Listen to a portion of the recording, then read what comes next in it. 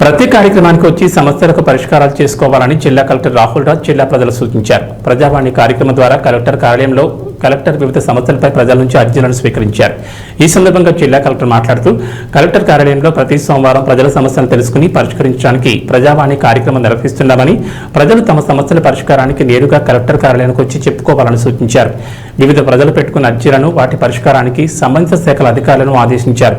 ప్రజలు ప్రజావాణిలో దరఖాస్తులు సమర్పించారు. ఈ కార్యక్రమంలో జిల్లా అధికారులు, సిబ్బంది తదితరులు పాల్గొన్నారు.